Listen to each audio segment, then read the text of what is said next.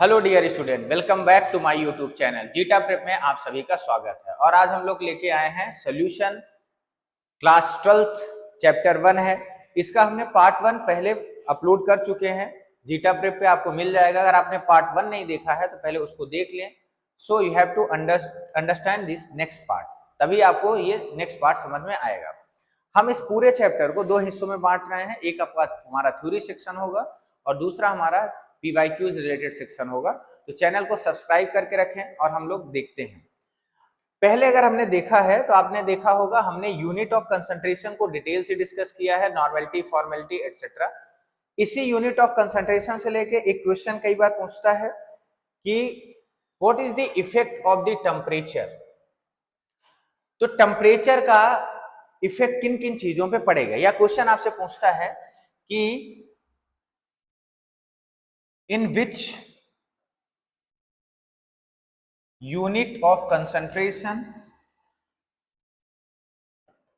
get affected by, या which unit of concentration get affected by temperature।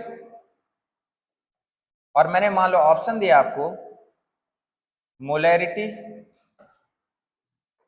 Molality, third हमने मान लो दे दिया mass percentage, and fourth हमने दे दिया नन ऑफ दीज। इस क्वेश्चन का क्या आंसर होगा ये आपको इसमें खुद लिखा हुआ भी मिलेगा। तो इस क्वेश्चन का आंसर क्या होगा ये आप जरूर पढ़ के जाना, क्योंकि ऐसे क्वेश्चन ऑब्जेक्टिव में आते हैं। तो आपके हिसाब से क्या होगा कमेंट बॉक्स में आप जरूर आंसर बताएं अगर आपको पता है, और नहीं पता है तो मैं आपको बता दूं कि इसका आंसर होने वाला है मोलैरिटी। आप पूछोगे सर कैसे, तो मैं आपको बता दूंगा जितने भी concentration, unit of concentration denoted in terms of the volume, जो वॉल्यूम से अफेक्टेड है या जो वॉल्यूम से डिनोट करते हैं, वो सारे के सारे टेम्परेचर से अफेक्टेड होंगे। जो मास से डिनोट करने वाले होंगे, जिनमें मास रिप्रेजेंटेशन होगा, वो टेम्परेचर से अनअफेक्टेड होंगे, यानी टेम्परेचर से उनका कोई भी इफेक्ट नहीं पड़ेगा।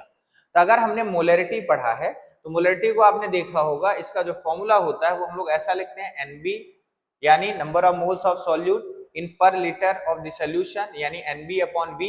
ये वॉल्यूम में रिप्रेजेंट किया जा रहा है, इसका मतलब इसका टेम्परेचर, इस पर टेम्परेचर का इंपैक्ट होगा। सो मोलैलिटी को आप देखोगे ग्राम में रिप्रेजेंट करते हैं, यानी इसको मास में रिप्रेजेंट करते हैं, इस पे इफेक्ट नहीं होगा। मास परसेंटेज तो नाम ही इसका मास है। And the next none of these. ये आपको याद रखना है कि यूनिट ऑफ कंसंट्रेशन जितने भी हैं, अगर वो मास में रिप्रेजेंट किया जा रहा है, means it is the unaffected from the temperature. अगर वो वॉल्यूम में है, it can be change with the temperature. Next part में चलते हैं, और जो हमने कहा था आपको, you have to learn the difference between the molarity and the molality. ये हमने यहाँ पे पहले भी डिस्कस किया था पार्ट 1 में भी, यहाँ पे भी आप देख सकते हो। You have to noted this. Next thing आता है सॉल्युबिलिटी। हमें समझना पड़ेगा ये सॉल्युबिलिटी होती क्या है। सॉल्युबिलिटी विलेयता यानी घुलने की क्षमता। कोई भी सॉल्यूट किसी भी सॉल्वेंट में कितना डिसॉल्व हो सकता है, कितना अमाउंट उसमें ऐड किया जा सकता है, उसको हम लोग क्या बोलते हैं, सॉल्युबिलिटी। मतलब अगर हम कहें कोई सॉलिड लिक्विड में डिसॉल्व कर रहे हैं तो उसकी क्या है, ये सॉल्युबिलिटी है। गैस लिक्विड में डिसॉल्व हो रहा है, उसकी क्या है, ये सॉल्युबिलिटी है। तो सॉल्युबिलिटी क्या होती है, the maximum amount of solute that can be dissolve in the known quantity of the solvent is known as at a certain temperature is known as a solubility.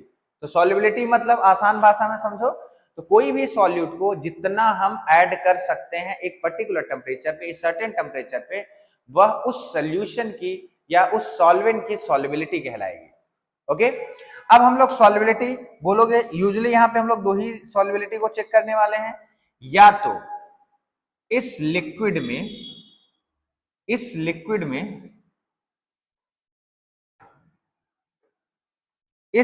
में हम लोग सॉलिड को dissolve करेंगे, या इसी लिक्विड में हम लोग गैस को डिसॉल्व करेंगे। मतलब we have to understand the two thing, solubility of solid in liquid and the second thing solubility of gas in liquid। so first term आता है कि solubility of solid, मतलब अगर कोई सॉलिड लिक्विड में आप ऐड कर रहे हो तो कौन कौन से फैक्टर हैं जो इसको ऐड करेंगे। बहुत सरल एग्जांपल है सर, सॉलिड का लिक्विड में ऐड करना, शुगर सोल्यूशन है, शुगर प्लस वाटर का सोल्यूशन है, वो क्या है, सॉल्युबिलिटी है। तो इसमें से आता है कौन कौन से फैक्टर इसको अफेक्ट करते हैं, ये से ऑब्जेक्टिव क्वेश्चन कई सारे बनते हैं, सो हमको यहाँ पे जानना पड़ेगा। तो पहला इसका फैक्टर है जो कि है nature of the solute and the solvent. कैसे अफेक्ट करता है मैं आपको समझाता हूं। इसका जो टर्म होता है इसको हम बोलते हैं लाइक डिसॉल्व लाइक। क्या बोलते हैं, like dissolve like. What does mean like dissolve like. आप ऐसा समझो, कई बार हमारे घर में या आपकी मम्मियां ऐसा कहती है ना, इस तेरा दोस्त ऐसा है तो तू भी ऐसा ही होगा, राइट। या तू गाली, तेरा दोस्त गाली देता है तो तू भी गाली देता ही होगा, यहां नहीं बता रहा है। तो कई बार आपको टॉन्ट मारा जाता है इस बेस पे कि तेरा दोस्त ऐसा है तो तू भी ऐसा ही होगा। Which means like dissolve like का मतलब हुआ जैसा सॉल्यूट वैसा ही सॉल्वेंट, यानी सॉल्यूट का नेचर और सॉल्वेंट का नेचर एक जैसा हुआ तो उसको हम लोग क्या बोलेंगे, लाइक डिसॉल्व लाइक। और इसको ब्रेक डाउन करके समझते हैं। तो समझो हमारा सॉल्वेंट, अगर एक सेकेंड, सॉल्वेंट हमारा जो है वो या तो पोलर हो सकता है या तो नॉन पोलर हो सकता है, पोलर या फिर non polar. What does mean polar. Polar आप जानते हैं क्या होता है, पोलर हमने पढ़ा है 11th क्लास का ये टॉपिक है। बट पोलर मतलब होता है the shifting of the less electronegative atom towards the more electronegative atom. इसको हम क्या बोलते हैं, पोलराइजेशन। या फिर उस कंपाउंड को क्या बोलते हैं, पोलर। अगर वह सॉल्यूशन में सॉल्वेंट की तरह काम कर रहा है तो उसको क्या बोलेंगे, polar solvent. So you have to understand the one thing. जैसे हमने पढ़ा है कि HCl आपने देखा होगा सर, यस लिक्विड है, इसमें हाइड्रोजन भी है और क्लोरीन भी है। तो हाइड्रोजन और क्लोरीन के बीच में क्या है, एक बॉन्ड है।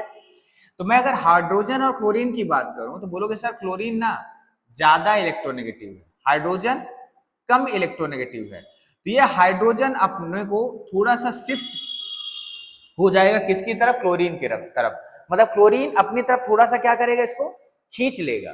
तो ये shifting of the hydrogen towards the chlorine हो गया। या ऐसे समझो, मान लो ऐसे आपस में बॉन्ड बना के रखे हैं। जब ये बॉन्ड बना के रखे हैं तो ये हाइड्रोजन थोड़ा सा इस क्लोरीन की तरफ शिफ्ट हो जाएगा, थोड़ा सा। इसको बोलते हैं पार्शियल शिफ्टिंग। तो पार्शियल शिफ्टिंग की वजह से इसमें हल्का सा क्या हो जाएगा, चार्ज आ जाएगा पॉजिटिव, और इसमें कौन सा चार्ज आ जाएगा, नेगेटिव। इसको हम क्या बोलते हैं, पोलराइजेशन। मतलब ये कौन सा क्या हुआ, पोलर हुआ। इसको हम बोलते हैं पोलर सॉल्वेंट। तो अगर हमारा सॉल्वेंट पोलर हुआ तो यह चाहेगा कि जो इलेक्ट्रोलाइट्स हैं, मतलब आयनिक कंपाउंड है, वो इसके साथ डिसॉल्व हो और वो आसानी से डिसॉल्व हो जाएंगे। अगर नॉन पोलर हुआ, मतलब ऐसा कोई शिफ्टिंग नहीं हुआ, उसमें कोई भी पार्शियल चार्ज नहीं है, जैसे ऑर्गेनिक सब्सटेंसेस हैं, कार्बन टेट्राक्लोराइड एक्सेट्रा, बेंजीन वगैरह, उनको हम लोग नॉन पोलर मानते हैं। तो नॉन पोलर होगा तो वो चाहेगा कि नॉन पोलर उसके साथ ऐड हो और वो आसानी से क्या हो जाएगा, डिसॉल्व हो जाएगा। थोड़ा और डिटेल से समझते हैं। जैसे मान लो वाटर हमारा पोलराइज्ड होता है, मतलब इसमें पार्शियल चार्ज होता है। इसको ब्रेक डाउन करते हैं तो इसमें होता है H और OH, मतलब इसमें थोड़ा सा पार्शियल चार्ज होता है।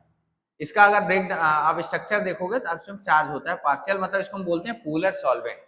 अगर मान लेते हैं ये प्लस है और ये माइनस है, हमने इसमें ऐड कर दिया NaCl, इसको भी ब्रेक डाउन करोगे तो क्या मिलेगा, Na प्लस और क्या मिलेगा, Cl मिलेगा। तो ये Na प्लस है जिसपे पार्शियल चार्ज प्लस है और इस पे पार्शियल चार्ज क्या है, माइनस है। तो ये आसानी से क्या करेंगे, टेम्परेरी बॉन्ड बनाएंगे और क्या हो जाएंगे, डिसॉल्व हो जाएंगे।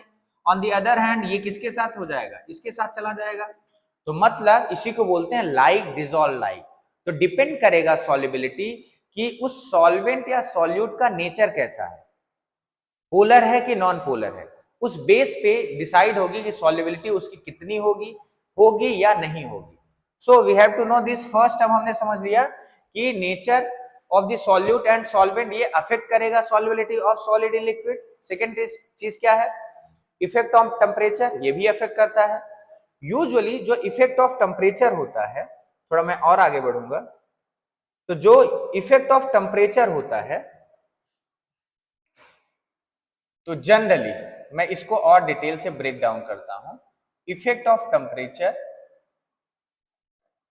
Generally solubility of solid in liquid के लिए काम कैसा करता है सर? अगर टेम्परेचर बढ़ाओगे तो सॉल्युबिलिटी भी क्या होगी? बढ़ेगी। बहुत सिंपल एग्जांपल है, जैसे मान लो शुगर और वाटर का सोल्यूशन लिया था। यस सर, लिया था। शुगर और वाटर के सोल्यूशन में आप नॉर्मल टेम्परेचर पे या रूम टेम्परेचर पे शुगर ऐड करो और उसको हम लोग टेम्परेचर ज्यादा बढ़ा के, जैसे चाशनी बनाते हैं, टेम्परेचर ज्यादा बढ़ा के अगर उसमें शुगर ऐड करो, तब देखो दोनों में क्या होगा? डिफरेंस होगा।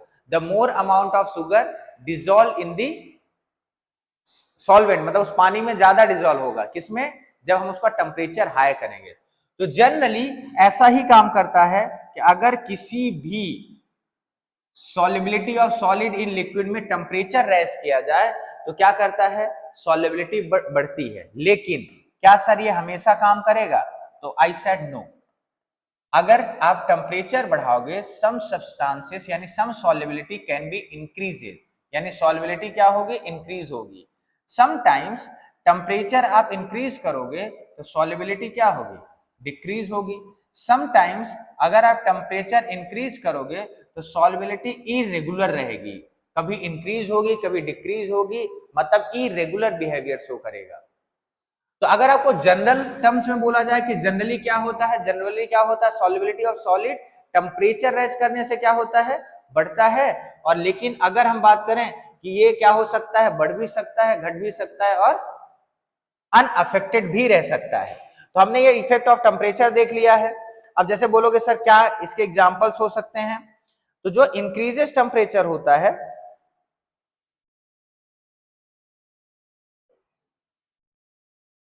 तो मान के चलो जैसे हमारे पास इसका जनरल एग्जांपल क्या हो सकता है? इसका जनरल एग्जांपल हो जा सकता है जैसे KCl है सर, पोटेशियम क्लोराइड है। इसको टेम्परेचर रेज करोगे तो क्या होगा?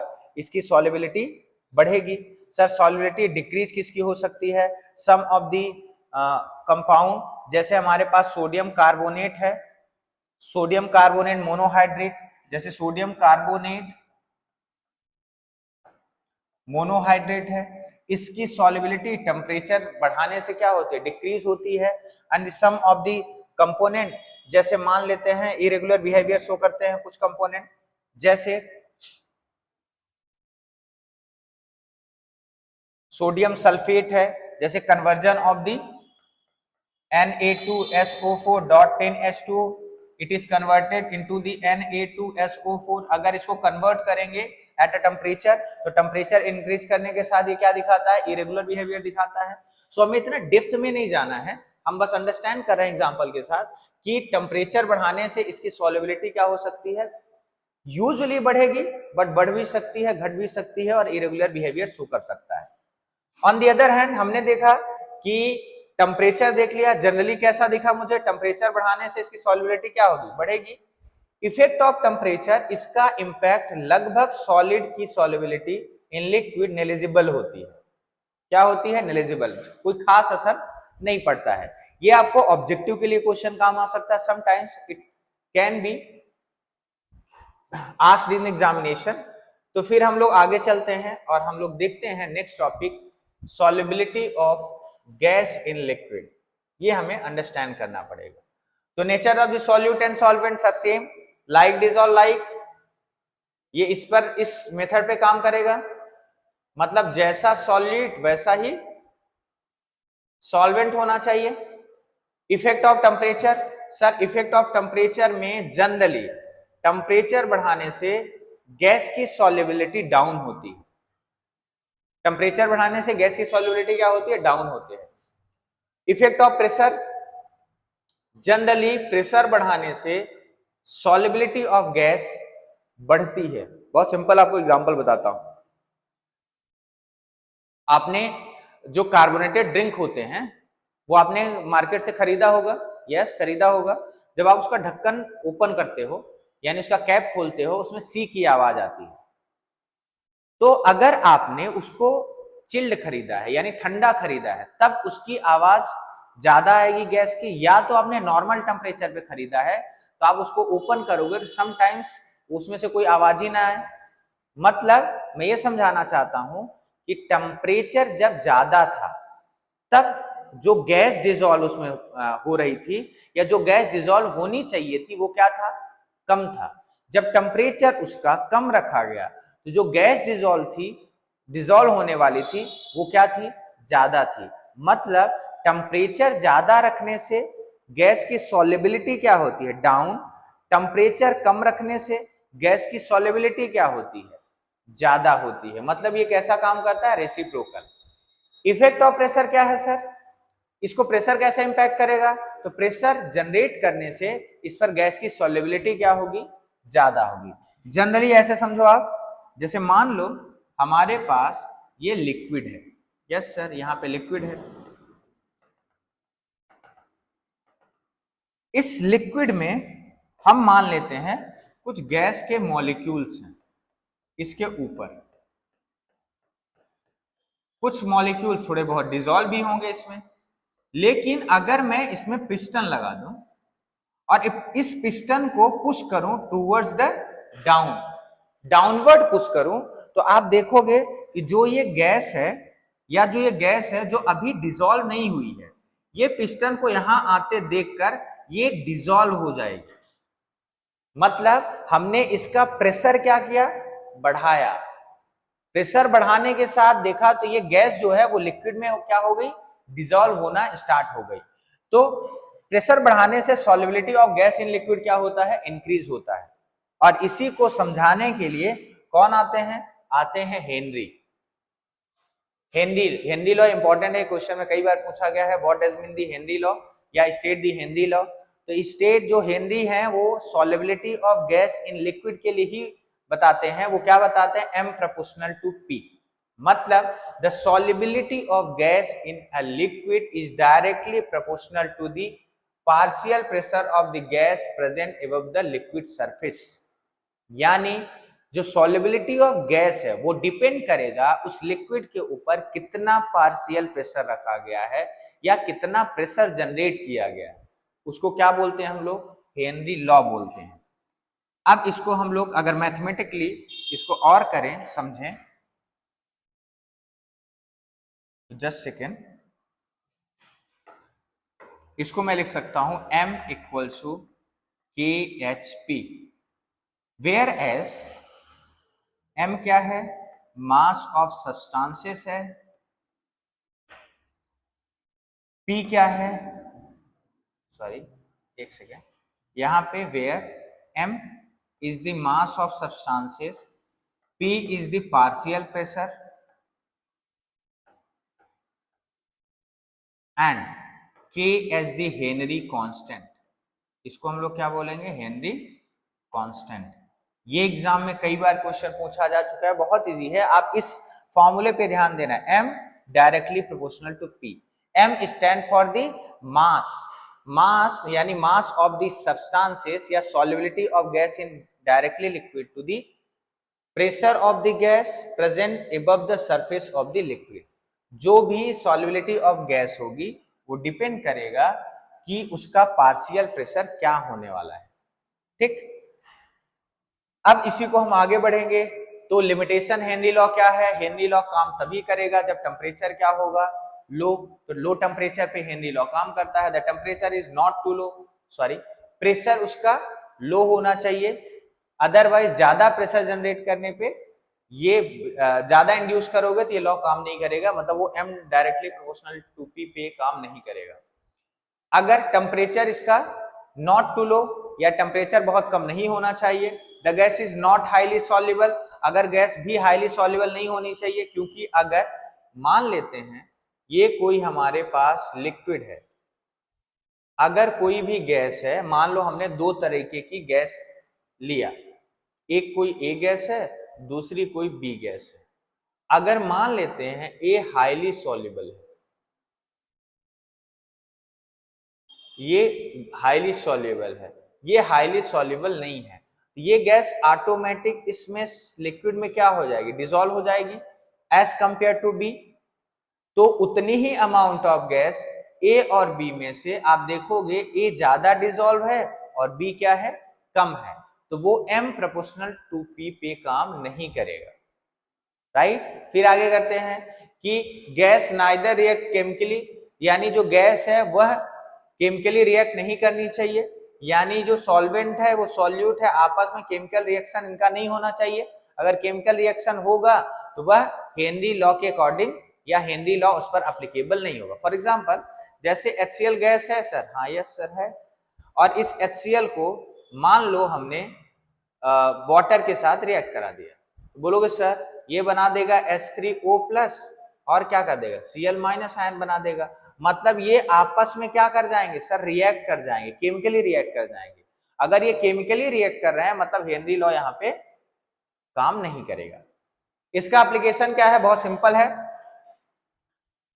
कार्बोनेटेड बेवरेज में जो भी ड्रिंक्स आते हैं आपने देखा होगा, जो भी स्प्राइट, पेप्सी, कोको कोला, जो भी आपने नाम सुन सकते हो, उनके प्रोडक्शन में यानी उनमें जो हेनरी लॉ कैसे काम करता है हमने बताया। जैसे कार्बोनेटेड ड्रिंक में जो कार्बन डाइऑक्साइड है उसमें क्या करी जाती है, हाई प्रेशर पे उसमें सॉल्युबल यानी उस लिक्विड में हम लोग क्या करते हैं, डिसॉल्व करते हैं। तो जब भी आप जैसे खोलते हैं उसमें से क्या निकलता है, कार्बन डाइऑक्साइड निकलता है। तो जितने भी कार्बोनेटेड बेवरेजेस हैं उनमें हेनरी लॉ यानी हेनरी लॉ के हिसाब से ही वो काम करते हैं, उसमें डिसॉल्व किया जाता है। द सेकेंड थिंग है स्कूबा डाइविंग। स्कूबा डाइविंग आप जानते हो, स्कूबा डाइविंग मतलब जो भी कोई व्यक्ति जो सी में नीचे जाके क्या करते हैं, नीचे जाते हैं, उसको हम लोग क्या बोलते हैं, स्कूबा डाइवर बोलते हैं। स्कूबा डाइविंग मतलब समुद्र के नीचे गहराइयों में जाते हैं, उसको बोलते हैं स्कूबा डाइविंग। स्कूबा डाइविंग में काम कैसे आता है समझो आप। आपने वो स्टोरी सुनी है टाइटैनिक वाली, टाइटैनिक 2 सेकेंड, टाइटैनिक 2 टाइटैनिक 3 वाली, कि टाइटैनिक जहाज को ढूंढने, अभी 2-3 साल पहले ऐसा आपकी स्टोरी आई होगी, टाइटैनिक जहाज के ढूंढने एक दूसरी टाइटैनिक गई थी। वो जैसे ही नीचे जा रही थी उसके बाद उसमें हाई प्रेशर के कारण क्या हो गया, वो पूरी जहाज ही चिपक गई। उसमें से 4-5 लोग थे, सारे के सारे क्या हो गए, गायब हो गए, यानी वहीं पे चिपक गए। तो मतलब जैसे ही सी में नीचे की तरफ जाओगे तो नीचे की तरफ जाने से क्या हो रहा है, प्रेशर बढ़ रहा है। अगर प्रेशर बढ़ रहा है तो आप सोचो, आप प्रेशर बढ़ने के साथ साथ जो हम गैस कंज्यूम कर रहे हैं यानी जो ऑक्सीजन सिलेंडर लेके जा रहे हैं, उस ऑक्सीजन सिलेंडर में क्या होती है, मान लो नॉर्मल गैस हो, नाइट्रोजन हो, तो नाइट्रोजन हमारे बॉडी में यानी ब्लड में डिसॉल्व हो जाती है, क्योंकि प्रेशर हाई होगा और हाई प्रेशर पे क्या होगा, वो गैस डिसॉल्व हो जाएगी। डिसॉल्व होने के बाद जैसे ही हम ऊपर आएंगे तो वो क्या होगी, वो गैस डिसॉल्व होने के साथ साथ हमें खून की उल्टियां आना स्टार्ट हो जाती है। ठीक, मतलब कई बार ये होता है वो नाइट्रोजन गैस या नाइट्रोजन ऑक्सीजन जो एयर कॉम्बिनेशन होता है वो क्या होता है, आदमी की डेथ करा सकता है। ओके, तो क्या करते हैं, उसमें से कुछ हीलियम जैसी गैस हम लोग डिसॉल्व करते हैं, हल्की गैसें डिसॉल्व करते हैं, जिससे ऊपर आते ही वो गैसेस क्या हो जाए, अपने आप बाहर आ जाए, जिससे आदमी की डेथ ना हो। और उस ध्यान देना, इसमें इस बीमारी, एक बीमारी होती है जिसको बोलते हैं बेंड्स। कौन सी बीमारी होती है, बेंड्स। तो स्कूबा डाइविंग में मतलब जो नीचे जाते हैं, उस नीचे जाते समय अगर वो व्यक्ति इस हाईली सॉल्युबल गैस उसके ब्लड में डिसॉल्व हो गई, तो डिसॉल्व होने के बाद जो बीमारी होती है उसको क्या बोला जाता है, बेंड्स। यानी जो उसको दिक्कत होती है उसको क्या बोलते हैं, बेंड्स बोलते हैं। हाई एल्टीट्यूड, जैसे ही हम लोग पहाड़ों पे जाते हैं तो पहाड़ों पे जाते जाते जाते आपने देखा होगा कि ऊपर जाते हैं तो वहां पे जो एटमॉस्फेरिक प्रेशर होता है वो कम होगा।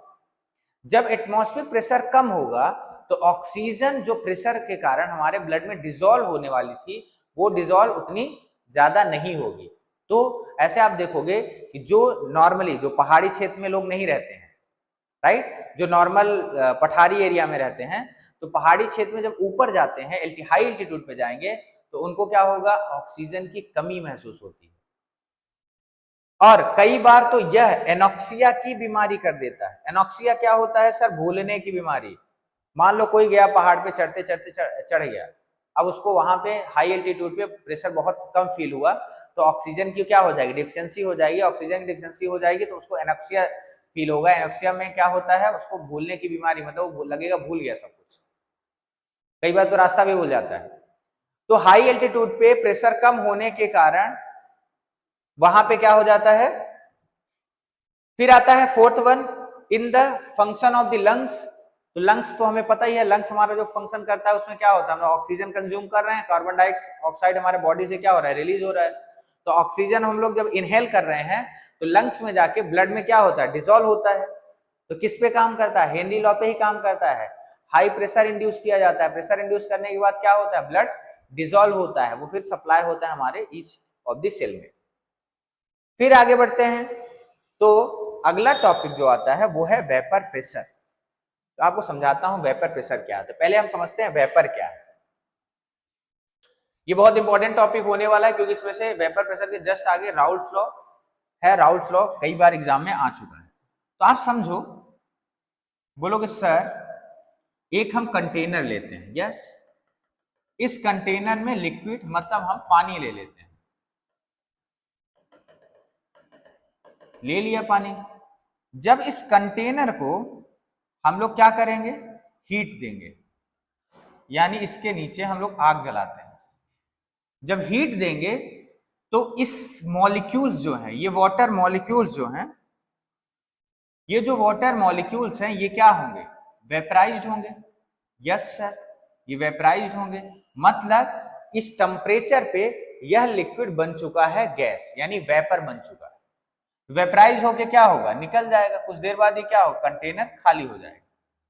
Right, this is true. आप जानते होंगे घर में आपने कई बार क्या किया होगा, पानी तो गर्म किए होगे ना, पानी गर्म करते आप मान लो गैस पे भूल जाओ तो क्या होगा, थोड़ी देर बाद ये पानी पूरा खत्म, मतलब सारा का सारा वेपर बन चुका है। अगर मैं इसी कंटेनर को क्लोज कर दूं तो क्या होगा सर, तब ये होगा कि ये जो वेपर बन रहे थे ये वेपर यहां पे जाएंगे, वापस इस सरफेस की तरफ लौट आएंगे, क्योंकि ऊपर तो बंद है। ये वेपर यहां पे टकराएंगे, फिर वापस इस लिक्विड की तरफ चलना स्टार्ट कर देंगे। तो ये जो वेपर अब इस लिक्विड सरफेस पे प्रेशर जनरेट करेंगे, इसी को हम लोग बोलते हैं वेपर प्रेशर। यानी वेपर के कारण जो प्रेशर जनरेट हो रहा है, the pressure exerted by the vapour on the liquid surface is known as a vapour pressure. Understand? बहुत सिंपल सी है कि मान लो कोई लिक्विड वेपर बना रहा है, वो वेपर, उस वेपर के कारण उस लिक्विड सरफेस पे जो प्रेशर जनरेट हो रहा है उसको हम लोग क्या बोलते हैं, वेपर प्रेशर बोलते हैं। ऑलराइट, सो हम लोग यहां पे समझते हैं कि वेपर प्रेशर क्या है। Simple, the pressure exerted by the vapour above the liquid surface at the equilibrium at the given temperature is called the vapour pressure. ये एग्जाम में भी कई बार क्वेश्चन आ चुका है, सो वेपर प्रेशर की डेफिनेशन आपको आनी चाहिए। तो we have to understand vapour क्या होता है, at the temperature when the liquid get converted into the gases, vapour हो गया। वेपर प्रेशर क्या होता है, the pressure exerted by the vapour on the surface of the liquid, वो हमारा क्या होता है, वेपर प्रेशर। फिर आता है सर वेपर प्रेशर के कौन कौन से फैक्टर हैं जो अफेक्ट करेंगे। तो बहुत सिंपल से टॉपिक है, nature of the liquid. Liquid हमारा कैसा है, लिक्विड पे डिपेंड करेगा कि वेपर प्रेशर कितना होगा। समझो, मान लेते हैं कोई लिक्विड है, उसका नाम दे देते ए। अब ए और ए के बीच में कोई ना कोई फोर्स तो जनरेट करेगा, मतलब समझो ये मान लेते हैं लिक्विड है और इस लिक्विड में जो कंपोनेंट है उसका नाम ए दे देते हैं। तो इसके और इसके बीच में फोर्स तो है, इंटरमॉलिक्यूलर फोर्स तो है। यस सर, इंटरमॉलिक्यूलर फोर्स है। अगर ये इंटरमॉलिक्यूलर फोर्स वीक हुआ, अगर ये इंटरमॉलिक्यूलर फोर्स वीक हुआ तो कम टेम्परेचर में ही क्या होगा, ब्रेक डाउन हो जाएगा और तुरंत ही क्या बनाएगा, वेपर बनाएगा। और वेपर से क्या बनेगा, वेपर प्रेशर। तो वीक हुआ तो वेपर प्रेशर के चांसेस क्या है, ज्यादा है, यानी वेपर प्रेशर ज्यादा क्रिएट करेगा। सर अगर यही जो फोर्स है, इंटरमॉलिक्यूलर फोर्स है, स्ट्रांग हुआ, तो अगर ये स्ट्रांग हुआ तो इसके लिए क्या होगा, हाई टेम्परेचर की रिक्वायरमेंट होगी। सेम टेम्परेचर पे ये क्या होगा, less number of molecules break down होंगे, और less number of molecules break down होंगे, इसका मतलब ये वेपर प्रेशर क्या करेगा, कम क्रिएट करेगा। तो उसी लिए हम लोग क्या कहते हैं, नेचर ऑफ द लिक्विड कैसा है। अगर लिक्विड का नेचर यानी उसके इंटरमॉलिक्यूलर फोर्स वीक है तो वेपर प्रेशर ज्यादा बनेगा, और इंटरमॉलिक्यूलर प्रेशर ज्यादा है तो वेपर क्या बनेगा, कम बनेगा। दूसरी तरह से टेम्परेचर का तो डायरेक्ट इंपैक्ट यूजुअली होगा, क्या होगा, टेम्परेचर रेज करने से वेपर प्रेशर क्या होगा, बढ़ेगा। अरे सिंपल, आपने देखा होगा हमारे घर में प्रेशर कुकर होता है, यस सर, प्रेशर कुकर इसी पे तो काम करता है। यानी प्रेशर कुकर क्या करता है, वेपराइज होता है, वो प्रेशर क्रिएट करता है, उसके कारण हम क्या होता है, फूड वो पकेगा, खाना पक जाएगा।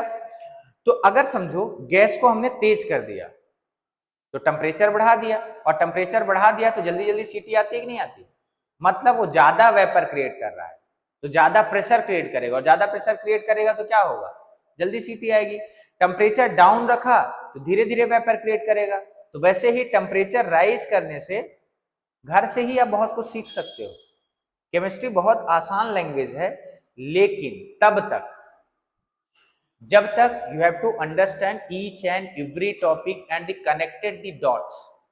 अगर सारे डॉट कनेक्ट कर पा रहे हो, हर एक चीज समझ पा रहे हो, तो केमिस्ट्री बहुत इजी है। और नहीं फिर एक ही भाषा है कि केमिस्ट्री फिजिक्स बड़ी बेवफा, रात को पढ़ी दिन को सफा। तो इसमें ऐसा ही होगा कि आपने रात भर पढ़ी, सब समझ आया, पढ़ते गए, समझ में आते गया, दूसरे दिन सब भूल गया। क्योंकि केमिस्ट्री मजेदार लैंग्वेज है ना। केमिस्ट्री मजेदार लैंग्वेज कैसे है कि इसमें लिखा कुछ और होता है, समझना कुछ और होता है, इसके पीछे कॉन्सेप्ट कुछ और होता है। जब तक तीनों चीज आप परफेक्टली अलाइन नहीं करोगे तो आपको केमिस्ट्री समझ में आएगी नहीं। फॉर एग्जाम्पल, जैसे अभी हम लोग कुछ टॉपिक पीछे किए हैं ना फर्स्ट पार्ट में, अगर वो फर्स्ट पार्ट जिसका क्लियर नहीं होगा तो आगे कुछ ऐसे टॉपिक आएंगे जो आपको सॉल्व कर ही नहीं पाओगे। कुछ टॉपिक ऐसे होंगे कि जो आपने 11th में नहीं पढ़ा है तो यहाँ नहीं समझ में आएंगे। तो हमें कई बार समझने बस के लिए कुछ चीजें आवश्यक है आना। तो आपको घबराने की जरूरत नहीं है, आपको हम लोग डिफरेंट डिफरेंट पार्ट में ये सारी चीजें कराते रहेंगे और आपको समझाते रहेंगे। तो पहला कॉन्सेप्ट यही होता है कि केमिस्ट्री में 50 to 60% of the weightage you have to understand it, उसको अच्छे से समझो। अगर समझ आ गया ना तो लर्न करना आसान, बहुत आसान। ठीक, आगे बढ़ते हैं। The next thing is the presence of the non volatile solute. मैं आपको समझाता हूं ये वोलाटाइल और नॉन वोलाटाइल होता क्या है। सॉल्यूट तो हम लोग जानते ही हैं, यस सर जानते हैं। ये सॉल्यूट ना दो टाइप का हो सकता है, एक तो नॉन वोलाटाइल, एक तो वोलाटाइल। मैं आपको समझाता हूं कैसे। मान लेते हैं एक कंटेनर लेते हैं, इस कंटेनर में सॉल्यूट और सॉल्वेंट दोनों लेते हैं। हमने ए सॉल्यूट लिया है और बी क्या लिया है, बी सॉल्यूट लिया है, ए सॉल्वेंट लिया है। अगर मैं इसको हीट दूं, अगर मैं हीट इसको देना स्टार्ट करूं तो जो बी कंपोनेंट है मींस दिस वन, ये बी कंपोनेंट ये तो वेपर क्रिएट कर रहा है, मतलब टेम्परेचर पाके इसके मॉलिक्यूल्स ब्रेक डाउन हो रहे हैं, ब्रेक डाउन होके क्या बन रहा है, गैस बन रहा है, मतलब वेपर क्रिएट कर रहा है। बट ए ये वेपराइज हो ही नहीं रहा, ये वेपर क्रिएट कर ही नहीं रहा है। तो इस टाइप के सॉल्यूशन को या इस टाइप के सॉल्यूट को बोलते हैं नॉन वोलाटाइल सॉल्यूट। मतलब जिसमें से it can be only solvent particle can be exerted या solvent particle can be converted into a vapour but solute does not. तो बोलोगे सर अगर ये नॉन वोलाटाइल है, इसमें एक ही लोग है, एक ही वेपर क्रिएट हो रहा है, तो वेपर प्रेशर क्या होगा, कम होगा। यस सर, मतलब इसमें वेपर प्रेशर अपने आप क्या होगा, डाउन होगा, easy as compare to this one. मतलब मानो हमारे पास सॉल्वेंट है, सॉल्यूट और सॉल्वेंट है, इस सॉल्यूट में से हमने बी लिया है और सॉल्वेंट क्या लिया है, ए लिया है। अब मान लेते हैं कि जो ए है ये भी वेपर बना रहा है और जो बी है ये भी वेपर बना रहा है। इसका मतलब solute and solvent both can converted into a vapour. ये क्या करेगा सर, ये वेपर प्रेशर ज्यादा क्रिएट करेगा, क्योंकि वेपर ज्यादा बनेंगे और वेपर बनेंगे तो क्या होगा, वेपर प्रेशर ज्यादा क्रिएट करेगा। ऐसे समझो इसमें एक ही हाथों की शक्ति है और इसमें कितने हाथों की शक्ति है, दो हाथों की शक्ति है। मतलब ये दो लोग क्या कर रहे हैं, वेपर बना रहे हैं, इसमें एक ही लोग वेपर बना रहे हैं, तो इसका वेपर प्रेशर क्या होगा, कम होगा, इसका वेपर प्रेशर क्या होगा, ज्यादा होगा। मतलब नॉन वोलाटाइल में वेपर प्रेशर कम होता है और वोलाटाइल में वेपर प्रेशर क्या होता है, ज्यादा होता है। क्यों होता है, आप समझ गए? क्योंकि इसमें से सॉल्यूट पार्टिकल जो नॉन वोलाटाइल है उसमें से एग्जर्ट नहीं हो रहा। तो अगर नॉन वोलाटाइल सॉल्यूट प्रेजेंस है, इसका मतलब उसका वेपर प्रेशर क्या होगा, डाउन होगा। नॉन वोलाटाइल सॉल्यूट बढ़ाओगे तो वेपर प्रेशर क्या होगा, डाउन होगा। ये हमारे लिए बहुत इंपॉर्टेंट टॉपिक है, इसको हम लोग को समझना चाहिए। आगे बढ़ते हैं और आगे आते हैं, तो हमने यहाँ पे है next thing the Raoult's law, बहुत इंपॉर्टेंट है, इसका मैथमेटिकल एक्सप्रेशन है। तो समझो इस राउल्ट्स लॉ में दो टाइप के राउल्ट्स लॉ हमारे बुक में मेंशन है। एक तो फॉर द वोलाटाइल सॉल्यूशन और एक है नॉन वोलाटाइल सॉल्यूशन। तो वोलाटाइल सॉल्यूशन के लिए वेपर प्रेशर यानी राउल्ट्स ने नियम दिया कि partial pressure of the each component is directly proportional to their mole fraction. मतलब ये कहना ये चाह रहे हैं, मान लो हमारे पास ये लिक्विड है, मैथमेटिकली तो समझेंगे, जनरली अभी समझ लेते हैं। ये कोई लिक्विड है और इसमें दो कंपोनेंट है। कौन कौन से दो कंपोनेंट हैं, ए और बी। सर ए का भी मोल फ्रैक्शन होगा, यस सर। सर बी का भी मोल फ्रैक्शन होगा, यस सर। तो जो पार्शियल प्रेशर जनरेट होगा, सर ए के कारण जो पार्शियल प्रेशर जनरेट होगा वो क्या होगा, पी ए। बी के कारण जो पार्शियल प्रेशर जनरेट होगा वो क्या होगा, पी बी। मतलब partial pressure of the component is directly proportional to the mole fraction of the solution या mole fraction of the component. ये कौन कहता है, राउल्ट लॉ कहते हैं। मतलब ये कहना ये चाहते हैं कि दोनों कंपोनेंट तो प्रेशर बनाएंगे, वेपर प्रेशर तो बनाएंगे, तो उनका वेपर प्रेशर क्या होगा यानी पार्शियल प्रेशर क्या होगा, उस कंपोनेंट के मोल फ्रैक्शन के डायरेक्टली प्रोपोर्शनल होगा। यानी जिसका जितना ज्यादा मोल फ्रैक्शन होगा उतना ही वो वेपर प्रेशर क्रिएट करेगा, जितना कम जिसका मोल फ्रैक्शन होगा उतना कम ही वेपर प्रेशर क्रिएट करेगा। तो क्या कहते हैं कि for the volatile liquid the partial pressure of the each volatile component in the solution is directly proportional to the mole fraction on the of the solution. तो बहुत सिंपल है, इसको हम लोग कैसे लिख सकते हैं, पी, इसको mathematically P solution equals to P not of the solvent and the X solvent, या कंपोनेंट भी लिख सकते हैं। यहां पे पी नॉट क्या है sir, vapour pressure of the pure component या partial pressure of the pure component. तो जैसे समझो प्योर कंपोनेंट मतलब उसके साथ कोई भी वोलाटाइल या नॉन वोलाटाइल लिक्विड ऐड नहीं है, उसको हम बोलते हैं प्योर कंपोनेंट का वेपर प्रेशर कितना है। एक्स यहाँ पे है क्या है, मोल फ्रैक्शन। तो अगर आपसे सिर्फ इतना ही पूछता है कि स्टेट द राउल्ट्स लॉ, तो आपको ये राउल्ट्स लॉ लिखने हैं और ये मैथमेटिकली एक्सप्रेस करना है।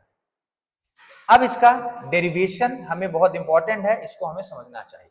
सो वी हैव टू अंडरस्टैंड, यहां पे लिखना आप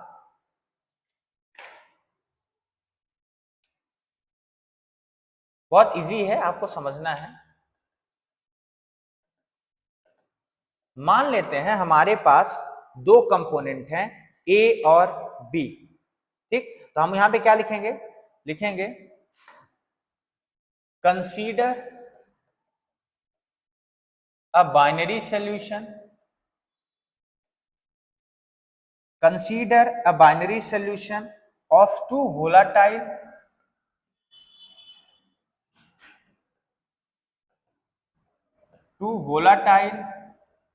liquid A and B। हमारे पास दो वोलाटाइल लिक्विड कौन है, A and B, and the mole fraction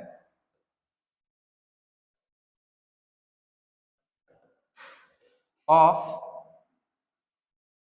component A and B are XA and XB respectively।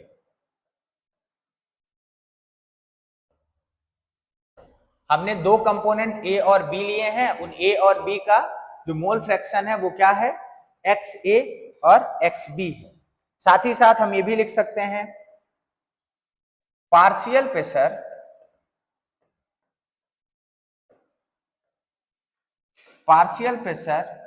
of component A and B are PA and the PB। ये बहुत simple है, इसको अगर मैं एकदम शॉर्ट में इधर समझने की कोशिश करें तो क्या है, बहुत सिंपल है सर। एक सेकेंड, तो मान लेते हैं हमारे पास एक सॉल्यूशन है, इस सॉल्यूशन में ए और बी दो कंपोनेंट है, ए और बी दो कंपोनेंट है। यस सर, इस ए का मोल फ्रैक्शन क्या है, एक्स है या काई ए जैसे हम लोग पढ़ते हैं। इस बी का मोल कंपोनेंट क्या है सर, एक्स बी। इसका पार्शियल प्रेशर भी तो होगा, हमने मान लिया ये P A partial pressure generate कर रहा है और ये क्या कर रहा है, पी बी। ये लैंग्वेज बहुत आसान है, हमने क्या लिया, एक बाइनरी सोल्यूशन लिया, बाइनरी मतलब दो कंपोनेंट ए और बी मान लिया, उसका mole fraction and the partial pressure ले लिया है। तो जैसा कि हम सबको मालूम है, तो यहां पे हम लिख सकते हैं according to Raoult law, according to Raoult law. एक सेकेंड,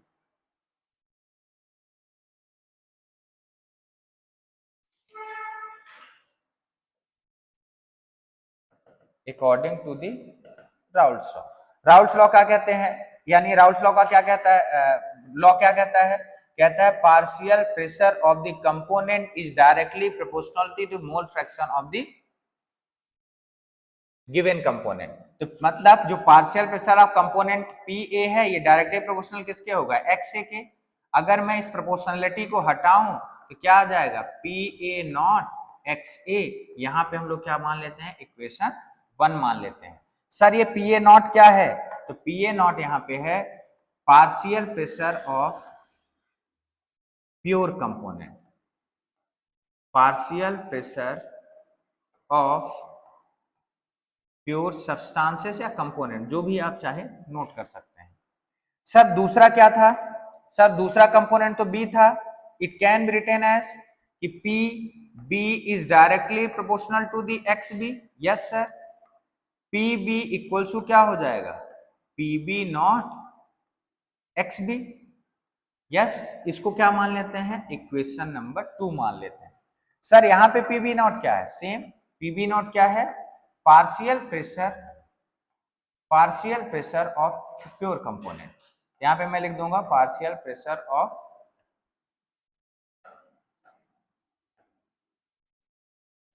प्योर कंपोनेंट।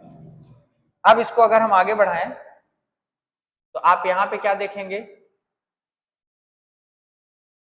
कि हमें पता है कि डाल्टन का लॉ है पार्शियल प्रेशर का, तो यहां पे हम लोग लिख सकते हैं according to Dalton law of partial pressure. क्या करता है Dalton law of partial pressure, यानी total pressure of the given component is the sum of the partial pressure. यानी जो भी टोटल प्रेशर होगा पार्शियल प्रेशर का क्या होगा, सम होगा। तो पी ए और पी बी की वैल्यू हमें मालूम है, यस सर मालूम है। तो हम इसको क्या लिख सकते हैं, लिख सकते हैं P total equal to P A की वैल्यू क्या है, P A not X A plus P B not X B. Yes, but we know that first part में हमने ये पढ़ा है कि X A plus X B equal to 1 होता है, यानी mole fraction of the component A and the component B always be a unity. तो यहां पे क्या होगा, 1 होगा। अगर मैं इसकी एक्स ए की वैल्यू निकालूं तो क्या मिलेगी, 1 माइनस एक्स बी, क्या मिलेगा, 1 माइनस एक्स बी। सो और आगे बढ़ते हैं, तो मैं यहां पे क्या लिख सकता हूं, मैं लिख सकता हूं P total equals to P A not और यहां पे क्या लिख देंगे, 1 minus X B. X A की वैल्यू हमें पता चल चुकी है, सो आगे क्या होगा, P B not and the X B. फिर आगे बढ़ेंगे, इसको ब्रैकेट ओपन करेंगे तो क्या आएगा, P A not minus P A not X B plus P B not, और ये क्या आ जाएगा, एक्स बी आ जाएगा। तो हम क्या करते हैं, इस पी ए को इधर लाते हैं और उसको अरेंज करते हैं। तो पी टी ये इधर प्लस है, इधर आके क्या हो जाएगा, माइनस हो जाएगा। तो minus P A not equal to, ये माइनस है तो पीछे कर लेता हूं, इसको आगे कर लेता हूं। सो मैं इसको लिख सकता हूं P B not X B minus P A not X B. Yes sir.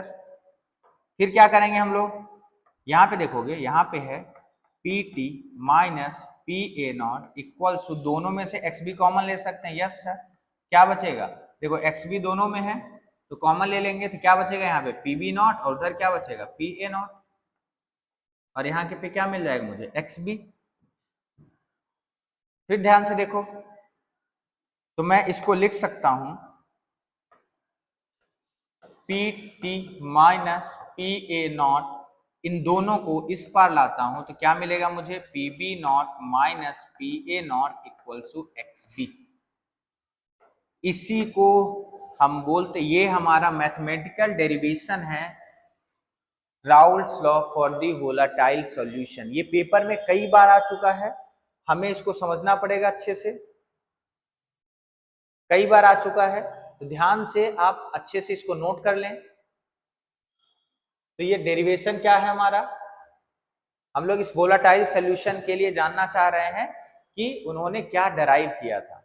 इसका कंक्लूजन भी है, सो कंक्लूजन भी डिस्कस करेंगे। अगर इसको मैथमेटिकली आप ऐसे कर पाते, 3-4 नंबर आपको यहां से मिल जाएंगे, और बहुत आसान है, 1-2 बार आप बनाएंगे बन जाएगा। फिर आगे बढ़ते हैं, तो सर इसकी लिमिटेशंस क्या है और इसका ग्राफिकल रिप्रेजेंटेशन क्या है। ओके ओके, इसमें तो ठीक है, ठीक है। इसकी लिमिटेशन क्या है और ग्राफिकल रिप्रेजेंटेशन क्या है। तो लिमिटेशंस, पहली बात तो आप यहां पे देखें, Raoult's law is opt for the describing the ideal solution, यानी यह काम क्या आता है, आइडियल, अभी आइडियल और नॉन आइडियल आगे का पार्ट है। तो राउल्ट्स लॉ क्या करता है, यह आइडियल सॉल्यूशन को डिस्क्राइब करता है। Applicable for the only diluted solution, यह किस सॉल्यूशन के लिए काम आता है, डाइल्यूटेड। डाइल्यूटेड का मतलब होता है कंसंट्रेशन जो सॉल्यूट का होगा वो थोड़ा कम होगा, उसी में ये काम आएगा। Raoult's law is not applicable for the solute undergo the dissociation या association in the particle solution. What does mean, मान लो कोई भी पार्टिकल है, तो अगर ये डिसॉल्व हुए हैं तो ये डिसोसिएशन में नहीं जाने चाहिए। डिसोसिएशन का मतलब होगा ये पार्टिकल्स ब्रेक डाउन नहीं होने चाहिए, सॉल्यूट के पार्टिकल ब्रेक डाउन हो जाएं तो ऐसे नहीं होने चाहिए, राइट। तो ये हमारे कुछ लिमिटेशंस हैं, इसको नोट कर लो। और ग्राफिकल रिप्रेजेंटेशन ये बहुत इंपॉर्टेंट है, जो हमें आगे के लिए भी काम आएगा। तो ग्राफिकल रिप्रेजेंटेशन हम लोग, और नॉन वोलाटाइल, बहुत सिंपल है। Yes sir. अगर मान लो नॉन वोलाटाइल कब मानेंगे हम, मान लेते हैं हमारे पास दो कंपोनेंट हैं ए और बी। Yes sir. एक कंपोनेंट वेपराइज हो रहा है, दूसरा कंपोनेंट वेपराइज नहीं हो रहा। अगर हमारे पास कोई बाइनरी सॉल्यूशन है दो कंपोनेंट वाला, एक कंपोनेंट वेपर प्रेशर क्रिएट कर रहा है, दूसरा क्रिएट नहीं कर रहा है, तब इसके लिए क्या बनेगा मैथमेटिकल एक्सप्रेशन। तो मैथमेटिकल एक्सप्रेशन इसके लिए क्या बनता है कि P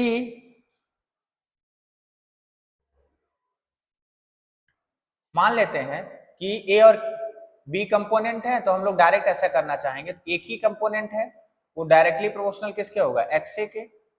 जो पी ए इक्वल टू क्या हो जाएगा, पी ए नॉट एक्स ए, और इसको इक्वेशन नंबर क्या मान लेंगे भाई। अगर आपको पहले ही पता है तो हम यहाँ डायरेक्ट कर सकते हैं। सर एक ही कंपोनेंट क्यों लिया, हम देख रहे हैं कि ए वेपराइज हो रहा है, बी वेपराइज नहीं हो रहा। बी सॉल्यूट के पार्टिकल वेपर क्रिएट नहीं कर रहे हैं, जब वेपर क्रिएट नहीं कर रहे हैं तो इसका पार्शियल प्रेशर बनेगा क्या, नहीं बनेगा सर।